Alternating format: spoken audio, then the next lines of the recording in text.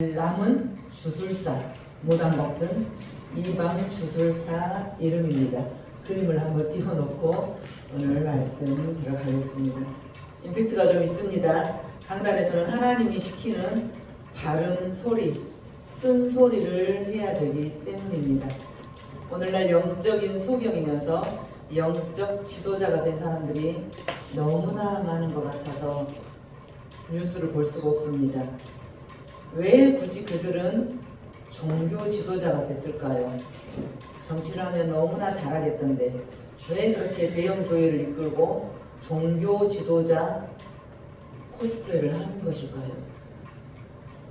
영적 소경이 영적인 사람이라고 자칭하면서 결국은 하나님의 백성들을 파괴하고 교회 가고 싶은 자들을 실망시켜서 교회를 떠나게 하고 하나님의 사람, 기름 부은 종이라고 자칭하면서 돈을 사랑하고 세상을 사랑하고 정치와 유착되어서 종교단체, 종교라는 집단에 뭔 놈의 돈이 그렇게 또 많이 쌓여 있는지 하나님 외의 것들로 가득 차 있으면서 하나님 이름하나 하나님 장사하는 정함이 없는 그들의 마음을 보면서 우리는 살아가고 있습니다.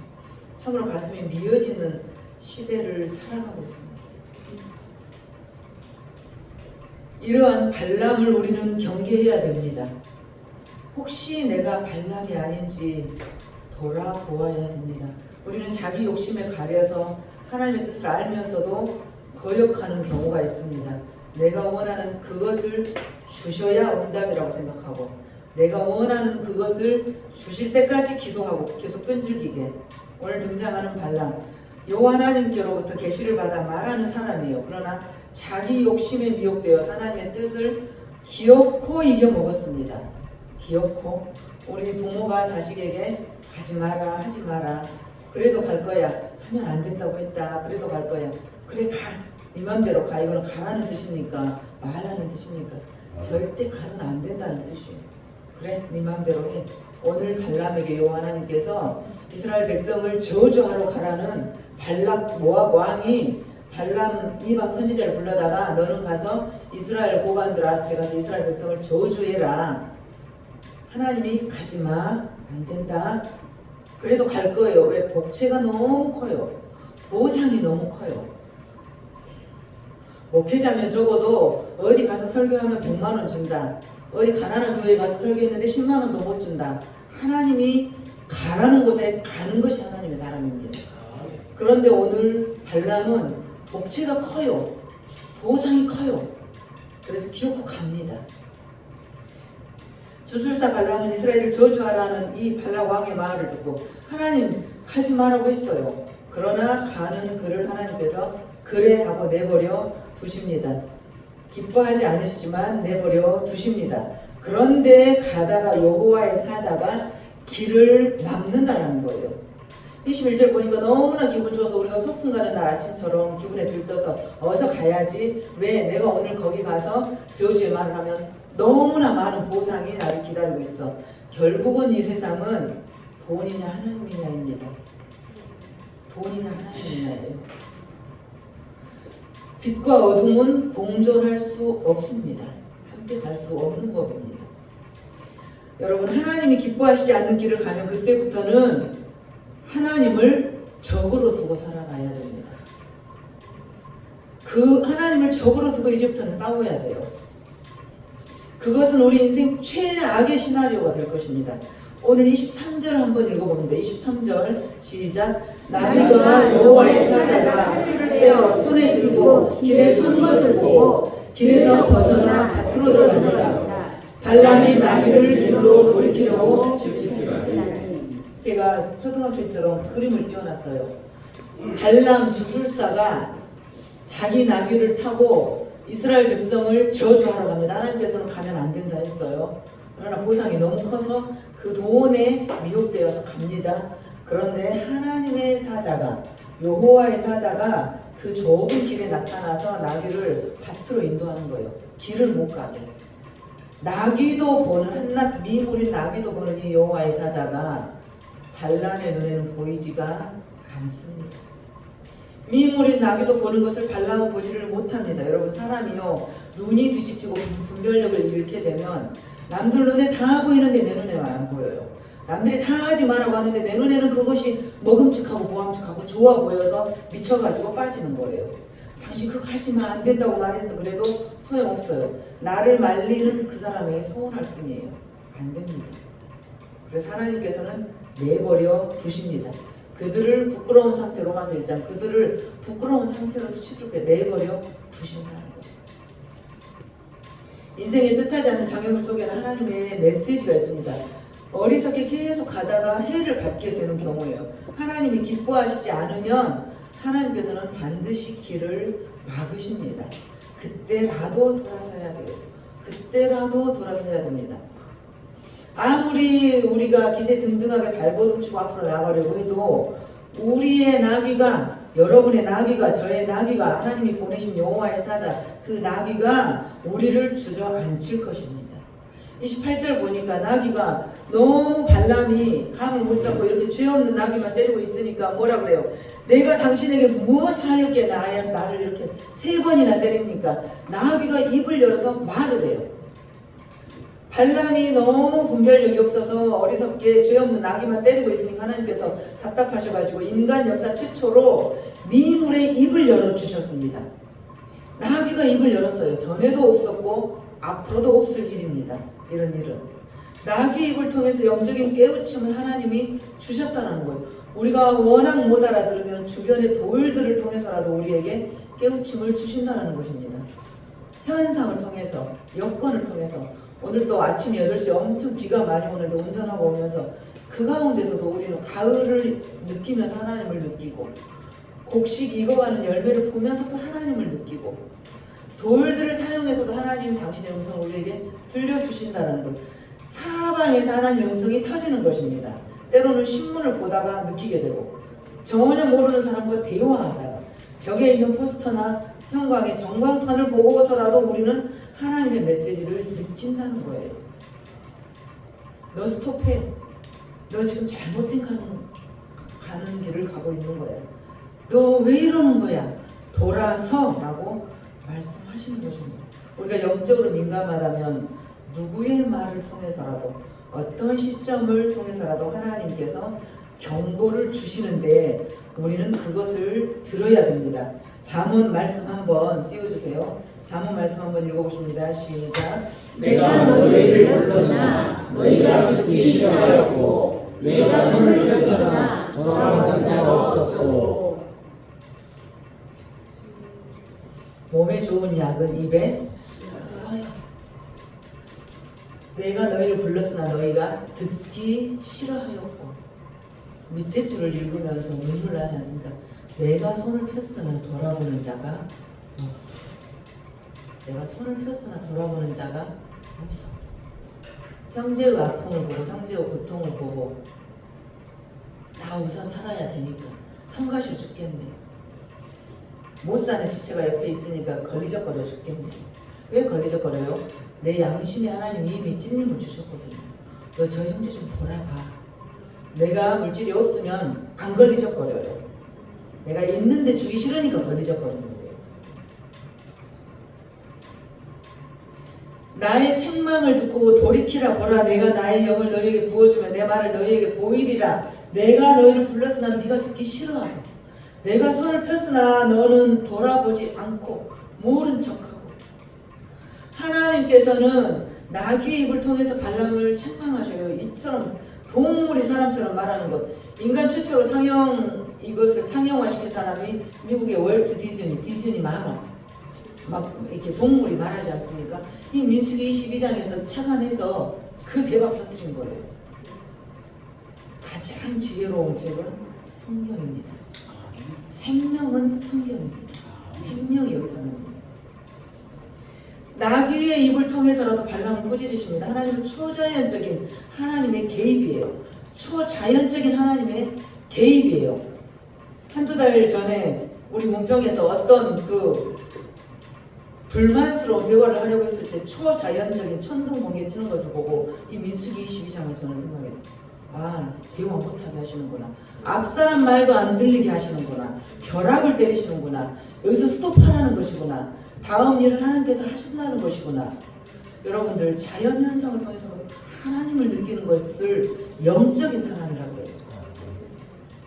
발람은 너무나 아둔해서 나귀한테 분노를 폭발하고 네가 나를 거역해? 내 손에 칼이 있었다면 너를 오늘 죽였을 거야.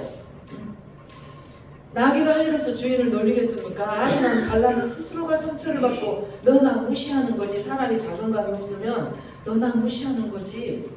지가 자존감이 없으니까 나귀한테 너 나 무시해 이러는 거예요. 나귀한테. 얼마나 못났으며. 지금 하나님께 반역하는 것은 발람 자신의 모습입니다. 황당하게 문제를 해석해요. 지가 하나님 뜻을 반역하려고 보니까 나귀 너도 나를 무시해 이러는 거예요. 왜? 내가 하나님이 원하는 길을 가지 않으니까 모든 사람이 나귀조차도 나를 무시한 것처럼 이렇게 모자라져 버렸어요. 못나져 버렸어요. 영적 분별력이 없으면 고난을 남에게 책임 전가할 뿐입니다. 내게 칼이 있었다면 당장 너 죽였을 거야. 자기 가는 길에 조금이라도 걸리적거리면 분노가 끌어올라요. 못나요. 그 특징이. 정말 자존감 있고 정말 하나님의 영적인 사람들은 쓴소리를 잘 들어요. 그러지, 내가 그러지. 내가 봐도 내가 그래. 나 그거 고쳐주라고 기도 좀 해줘. 우리 인생 상황에서 내가 지나치게 화를 내고 언어가 격해지고 내가 지금 분노가 끌어오른다면 나는 지금 영적 분별력을 잃어버린 것입니다. 뭐에 뒤집어 씌웠다고 우리 말하잖아요. 눈에 뒤집어 씌웠어 저 사람. 눈이 뒤집혀가지고 뭐 말도 안 들려. 죄 없는 나귀에게 내가 칼이 있다면 넌 죽였을 거야. 그러고 있잖아요. 나귀가 내가 평생 당신에게 이렇게 대든 적이 있습니까? 없었어. 내가 평생 당신을 섬기면서 당신을 그렇게 본 적이 있더냐 말입니다. 발람이 생각해보니까 이제야 깨닫기 시작해요. 니느웨로 가서 니느웨 백성을 깨우치라라고 하나님께서 요나에게 말씀하시는데 요나는 니느웨가 가기 싫어요. 저 사람들은 벼락 맞아 죽어야 돼. 저 사람들은 구원받지 않아야 돼. 내버려 둬버려야 돼. 이거는 요나 생각. 하나님은 그들도 사랑해요. 그들도 사랑해서 요나 네가 가서 좀 회개를 시켜봐. 근데 나는 거기 가기 싫어요. 가기 싫은 사람에게 요나 앞에 마침 다시스 반대로 가는 배가 딱 정박합니다. 우리는 나쁜 짓을 하고 싶으면 마침 딱 맞아 떨어져요. 마침 반대로 가는 다시스 방향 배가 딱 정박해요.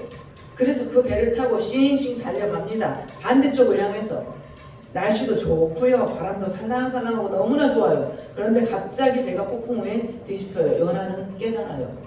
이 폭풍우 나 때문이에요. 내가 하나님 말 거역했거든요. 이때라도 돌이켜야 됩니다. 하나님의 진노의 사자가 칼을 빼고 길을 막는 것을 하나님의 사람은 하나님이 가신 길을 가라고 하신 길을 가야 돼요. 그렇지 않으면 아무 문제 없던 바다에 폭풍우가 일어나요. 아무 문제 없던 나귀가 가는 길에 하나님의 사자가 길을 막아선다라는 거예요. 우리가 지금 가는 그 길, 내가 지금 모사를 꾸미고 있는 그 길, 하나님께 물어보시기 바랍니다. 하나님 제가 이걸 하기를 원하십니까? 우리가 육체의 눈으로 이 세상을 보고 살지만 영의 세계를 잘 보지 못하기 때문에 하나님께서 영안을 열어주시는 때가 있습니다. 지금이 그래요. 탐욕의 눈이 멀어버린 이 주술사 발람의 눈을 열어서 하나님의 진노의 사자를 보게 하십니다. 하나님이 눈을 열어주시는 것입니다. 반대의 길을 가고 있을 때 하나님께서 진노하실 때 발람은 발발 떨기 시작해요. 우리가 목이 뻣뻣해서 나 잘났네 하고 살다가도 하나님께서 나를 회초리를 드시면 우리는 맥을 못 추고 우리의 방자함이 사라지는 것입니다. 32절에 보니까 왜 3번이나 나귀를 때렸느냐, 네 앞에서 네 길이 사악함으로 내가 너를 막는 것이다 하나님이 그러는 거예요. 저 아무개 모 김집사가 너한테 한 말을 잘 들어. 네가 뭔데 나한테 그래 그러지 말고 잘 들어. 내가 너에게 하는 말이야 라고 말씀하신다는 거예요.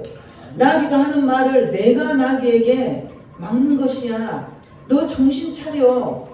네 길이 내 앞에서 사악하다는 뜻은 너는 지금 나의 뜻과 반대로 가고 있다는 말이다. 발람은 나귀를 타고 모압의 고관 대장들과 함께 화려하고 폼나게 그 길을 갔지만 하나님이 원하는 길이 아니라는 것입니다. 우리가 인생을 최선 다해 성공을 향해 열심히 폼나게 간다고 되는 것이 아니고 폼나고 열심을 다해서 성공했지만 하나님이 원하시지 않는 길을 가면은 그것은 망한 것입니다. 성공한 것이 아니에요. 뭔가가 우리를 다시 셧다운 시킬 것입니다. 그것은 아니에요. 하나님의 사자가 먼저 와서 우리의 이 길을 막는다는 것입니다. 죽어야 할 것은 나귀가 아니고 욕심의 눈이 먼 발람이라는 거예요. 겉은 화려해 보이지만 마귀에 덫이 숨겨져서 속은 치명적인 그 길, 먹음직하고 보암직하지만 끝내는 나를 멸망케 할 그 사람, 안 됩니다. 하나님이 막으실 때 돌아오셔야 합니다. 돌이킬 수 있으실 때 돌아오셔야 됩니다. 기다려 줄 때 돌아오셔야 됩니다. 우리가 가야 할 길은 따로 있습니다. 죽음의 길을 벗어나서 예수께로 나가야 됩니다. 죽음의 길을 벗어나서 예수께로 나갑니다. 자유와 기쁨 베푸시는 주께로 가셔야 됩니다. 주 안에 있을 때 자유예요. 사랑하는 사람에게 다 맡기고 잡혀버렸을 때 자유예요. 비밀이 없을 때 자유예요. 주에게 잡혔을 때 자유예요. 내 것이 필요하고 내 것을 비밀스럽게 내 것을 따로 갖고 싶을 때 자유가 없어요. 불편해요. 들킬까봐 불편하고 거덜날까봐 불편하고 뺏길까봐 불편하고. 2000년 전에 주님께서 2000년 전에 주님의 교회를 핍박하고 다메섹으로 미친듯이 달려가는 사울에게 우리 주님께서 사울아 사울아 어찌 그리 네가 나를 핍박하느냐. 이 사울이 하나님 앞에 고꾸라졌고 회개하고 천하 만민에게 하나님의 복음을 전하는 바울로 변해서 살았어요. 우리가 그러기를 원합니다. 잘못된 길을 가고 있다 할지라도 하나님의 부르심, 하나님의 말씀은 강단에서 선포되는 것입니다. 그 부르심에 반응하고 돌아선다면 바울과 같이 쓰임받는 선한 도구가 될 것입니다. 근데 아직도 발람은 미련이 많아요. 아직도 회개하지 못하고 이중적인 두 마음을 가지고 있어요. 그래 가거라. 하나님께서 그래 가. 내가 말려도 안 되니까 기어코 나를 이겨먹고 가거라. 가는데 대신 네 입술에 내가 말을 넣어줄 것이다. 네가 하고 싶은 말 나오지 않을 것이다. 너는 이스라엘 백성을 저주하라는 말을 듣고 저주하고 나서 그 복채를 엄청나게 챙기고 싶어서 너는 가지야. 가기는 가. 그런데 네 입술에다가 내가 말을 넣어줄 거야. 이 발람의 입술에서 어떤 말이 나갑니까? 이스라엘 백성을 축복하는 언어로 바뀌어버립니다. 말은 영입니다. 말은 하나님이에요. 하나님께서 발람의 입술을 사용해서 축복의 말로 바꿔버리십니다. 불순종한 발람을 적들을 무너뜨리는 데 오히려 사용하십니다. 놀라운 우리 하나님, 놀라운 하나님의 하늘의 하수꾼이 발람의 입술에 개입하신 거예요. 두 입술을 가진 자, 발람과 같이 외식하는 자, 대형 교회에 2만 명, 3만 명 거느리면서 영적 지도자라고 하면서 뒤에서 정계하고 유착되어서 그 어마어마한 아성을 쌓았던 두 입술, 철저한 외식가들, 하나님과 교제하고 하나님과 사랑을 나누는 것이 아니라 자기 욕심을 채우기 위해서 영적 지도자, 종교 지도자, 목회자라는 옷을 입고 하나님 장사하면 잘 되거든요. 세금도 안 내고. 그런 자신의 세상 욕심을 채우는 우리의 모습이 아닌지. 그런데 왜 이런 발람을 하나님은 사용하셨답니까? 왜 이런 발람을 하나님은 사용하셨을까요? 그들이 발람을 믿었기 때문이에요. 그들이 그 사람을 믿으니까 하나님은 그를 사용하시되 선하게 바꿔서 결과를 도출해내신다는 것입니다. 하나님은 선이십니다. 절대 선이세요. 미혹의 욕심에 덜미를 잡혀버린 발람은 그렇게 쓰임받고 이례적으로 쓰임받고 끝나버립니다. 백날 천날 교회 다녀도 예수를 모르는 기독교인들이 너무나 많아요. 예수님하고 아무 상관없는 열심히 특심인 종교심으로 갈고 닦고 쓸고 갖다 쳐 바치고 예수가 누군지는 몰라요. 예수가 나하고 아무 상관없어요. 그러니 뿌리가 없으니까 무너져요. 비바람이 불면 창수가 나면 무너져요. 교회에서는 예수님을 가르쳐야 됩니다. 좀 쓰고 아플지라도 심판이 있다고 말해줘야 돼요. 잘 먹고 잘 살 것이다. 교회 오면 복 받을 것이다. 뭔 복이요? 하나님과 가까이 한 것이 내게 복이에요. 아플지라도 심판을 말하고 조미료가 안 들어갔을지라도 예수가 선포되어야 됩니다. 발람과 같은 인생이 되어서는 안 됩니다. 말씀 정리합니다. 이 발람이 얼마나 하나님의 백성들에게 많은 악영향을 미칩니까? 오늘날 얼마나 많은 발람들이 있습니까? 영적 지도자 옷을 입고 치명적인 악영향을 끼치면서 하나님 이름을 방자한 거대한 사업가들이에요. 그들은 양의 탈을 쓴 사업가예요. 교회라는 사업체를 경영하는 사업가들이에요.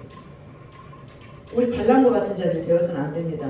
우리 교회 식구들은 하나님이 시키시는 말만 하기를 소망합니다. 아멘. 두 마음을 품지 않는 사람이 되기를 축복합니다. 아멘. 정한 마음을 우리 주님께 올려드리는 그러한 우리 모두가 되기를 주님의 이름으로 간절히 축복합니다. 아멘. 기도하시겠습니다. 주님 감사합니다.